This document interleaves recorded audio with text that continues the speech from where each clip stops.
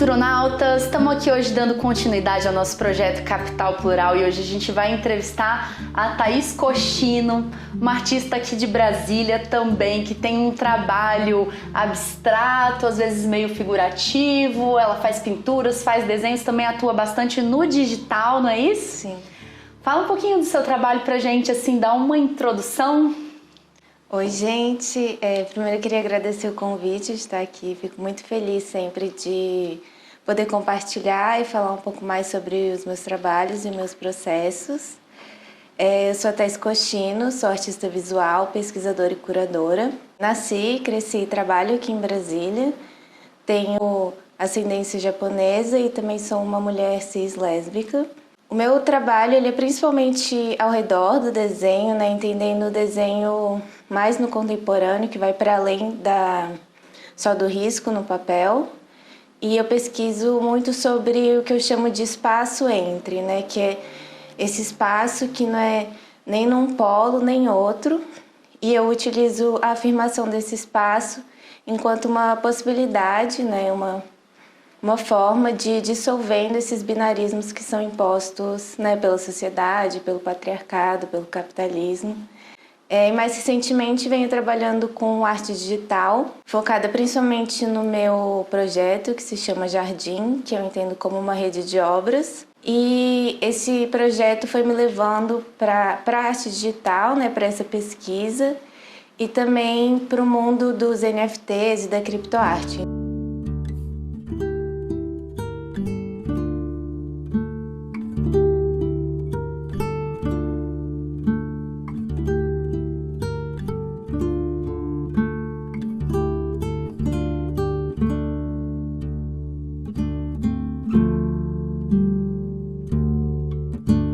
Fala mais um pouco pra gente sobre os jardins, esse projeto que é interativo, né? Isso. É um ambiente digital que você entra, né? Ele é todo branco e nele são geradas 100 formas. Essas formas eu modelei no 3D. Essa simulação ela é inspirada na prática de construção dos jardins de pedra japoneses. E ao mesmo tempo que você vai construindo essa tridimensionalidade digital, é também gerada uma imagem bidimensional, como se fosse vista de cima. Your physical body in this exact instant. Stop for a moment to scan it. Breathe. The practice in Jardim is attached to this perception that is in constant change. It is the awareness of impermanence. Bom, não sei se foi o acaso ou enfim, era como tinha que ser. Você anda lá meio quase tropeçando, assim, para pegar as formas. Às vezes é um pouco difícil. Quando eu falo que é inspirado nos jardins de pedra japoneses, né, que são os jardins dos templos budistas, eu acho que a pessoa vai esperando que vai ser uma experiência bem zen. Mas às vezes o zen também é caótico, né? O caos faz parte do mundo que a gente vive. E aí, a partir dela, eu fiz uma performance digital, que eu chamo de Jardim Prática, que durante um pouco mais de um mês eu entrava nela todo dia e criava 3 imagens. Ou seja, construía 3 jardins, né, e salvava as imagens bidimensionais deles e transformava em NFT. E nessa mesma época eu estava trabalhando nessa plataforma, o Ricket Nunc, que foi uma plataforma criada aqui em Brasília por um programador daqui, que teve uma projeção global muito grande, assim, então muitos artistas do mundo inteiro começaram a criar NFTs lá por ser uma plataforma que opera numa blockchain mais ecológica, por ter um custo menor para você criar o seu NFT e colocar à venda. E aí eu fui criando quase uma identidade estética, né, com essas figuras que eram sempre geradas dentro da simulação. E aí depois dessa prática, a simulação foi ao público, né? Ela ainda está online na Guava Galerie. E aí todo mundo podia entrar e eu pedi para as pessoas me enviarem o que elas iam construindo, assim. Aí algumas enviaram a imagem, como eu mentava também, né? Essa imagem bidimensional. Outras enviavam um print da própria tridimensionalidade do espaço. E aí eu recolhi todas essas imagens que eu recebi. de mais de 40 pessoas assim do mundo inteiro. E aí eu formei esse outro trabalho, essa outra obra que também compõe essa rede, que eu chamei de Jardins, né, que é essa grande colagem. Legal, esse é um dos seus trabalhos mais recentes, né? Sim. Aí antes disso você teve uma trajetória com zines, quadrinhos, quer contar um pouco? Sim. Assim que eu entrei na universidade, né, eu fiz um curso de histórias em quadrinhos. Foi onde eu conheci a zine, foi um workshop de um fim de semana. E aí eu conheci esse formato e eu saí desse workshop já com uma história em quadrinho. Na época, junto com a Olivia Viganò, que também é uma artista aqui de Brasília, a gente decidiu criar a nossa editora, que foi a Selo Piqui, a Piqui, que começou com esse processo de autopublicação, né? Porque também foi quando eu voltei a desenhar. Acho que, como a maior parte das pessoas, na minha pré-adolescência, eu achei que eu não sabia desenhar e parei. E nesse momento eu volto a desenhar. Então a gente começa a se autopublicar.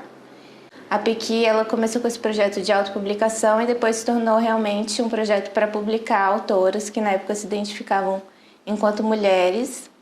Acho que a gente viu a Piqui crescendo assim, para um lugar muito interessante. Né? De 2011 a 2019 a gente publicou mais de 25 títulos. Por conta da demanda da editora, eu comecei uma pequena gráfica que chamava Fui o Print Shop, que a gente imprimia com uma impressora que se chama Risograph. E também fiz parte do coletivo Dente, que organizava a Feira Dente e o Prêmio Dente de Ouro, né? Que era um prêmio feito para publicações independentes. Então a gente premiava zines e quadrinhos independentes também. Quando eu comecei a fazer quadrinhos, né, foi quando eu voltei a desenhar. E eu entrei no curso de comunicação social com habilitação em audiovisual na UNB, né, para trabalhar com cinema, mas eu já pensava em trabalhar com roteiro, ficar mais nessa parte da escrita e de pensar narrativas. E aí, quando eu fui me formar, o meu trabalho de conclusão de curso, eu pude realizar esse sonho que eu tinha desde criança, que era fazer uma animação. Né? E aí, esse foi o primeiro curta de animação que eu fiz, que chamava Entre. Então eu sinto que também essa pesquisa que eu falei lá no início vem desde aí, mas eu nunca tinha realmente percebido o papel central que ela tem na minha produção. E aí quando a editora finalizou e eu saí também da Dente em 2019, eu voltei para essa pesquisa do vídeo. E aí eu fui para o Japão fazer uma residência, eu fiz uma residência de 2 meses no Estúdio Cura, que fica em Itoshima, Fukuoka.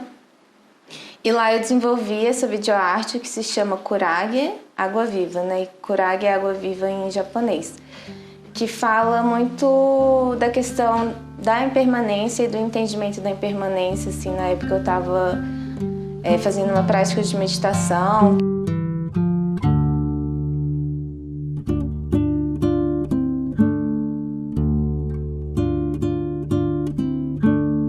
Aí teve um trabalho que você fez também no digital, no Instagram, que foi 3 anos aí lançando desenhos diariamente. Como é que foi isso aí? Isso, foi também um pouco depois de eu me formar, assim. E os meus desenhos, né, eles não são necessariamente um desenho extremamente figurativo ou direto, né? É um desenho meio troncho. Eu gosto de falar que são linhas tortas e formas informes, né? Perspectivas estranhas também. E isso foi algo que eu desejei com a minha prática do desenho, né? Porque eu acredito que o desenho é uma prática. Então eu fui identificando essas características que eu gostava e me aprofundando nelas, ao invés de talvez seguir esse caminho mais clássico e mais comum, que é primeiro tentar ter uma perfeição técnica, para depois encontrar o seu estilo, assim, eu fui só encontrando o meu estilo. E entendendo o desenho enquanto prática, né, eu acho que quebra um pouco também com a ideia que ser artista, você precisa ter um dom, né, na verdade é uma prática como outra qualquer, se você praticar muito, provavelmente você vai ser bom, se você não ficar bom é porque realmente talvez não era para você e tudo bem, né. Então eu quis compartilhar essa minha prática, né? Eu tive essa ideia de postar um desenho por dia. E aí eu vi que ficava mais fácil se eu escolhesse temas semanais. Eu comecei a fazer isso. Toda semana eu definia um tema E ia criando, né, 7 desenhos, e cada dia eu postava um. Aí eram uns temas, assim, meio absurdos, às vezes meio engraçados. Tipo, tinha uma que era animais com tatuagens de humanos, né? Ao invés de... Porque normalmente nós, seres humanos, temos tatuagens de animais. Mas a ideia era inverter um pouco, então tinha essas brincadeiras. Era meio que uma diversão e também uma desculpa para eu não parar de desenhar, né? Talvez os meus trabalhos que eu encaro como performance, eles sempre são perpassados por essa ideia da presença digital, né? Eu nunca fiz exatamente uma performance física. E aí eu fui ganhando essa familiaridade, né, com o Instagram. E aí durante a pandemia, né, eu fiquei bem isolada, assim. Eu comecei a fazer uma outra série para o Instagram também, que eu chamo Lives de Desenho, em que eu quase todo dia, assim, eu entrava e aí eu pedia para as pessoas me sugerirem temas, e a partir desses temas eu ia desenhando na uma hora que o Instagram me permitia. Então eu fiz 70 lives, que era um bloquinho que eu tinha com 70 folhas, eu fiz as 70 lives e foi um projeto bem legal, assim, né? Porque foi na pandemia, então era um momento que, tipo, se tinha algum amigo, às vezes aparecia, dava um oi, era também esse momento, sugeria alguma ideia absurda. Tinham pessoas que eu não conhecia e que iam quase sempre, assim, e ficavam conversando. Você entende também como uma performance, né? Uma performance digital que está ali acontecendo em tempo real. Nessa interação, né? Um processo que acontece a partir da interação também. Exatamente. E eu acho que é divertido, assim, eu sinto que meu trabalho, ele também tem essa parte que é um pouco lúdica, né? E esse jogo também, né, de tipo, por exemplo, fazer imagens que elas são meio figurativas, meio que abstratas. Então é tipo assim, toma, eu tô te dando essa imagem e você pode criar o sentido que você quiser, né? Acho que isso também vem muito nas minhas narrativas em quadrinhos e nos vídeos, assim.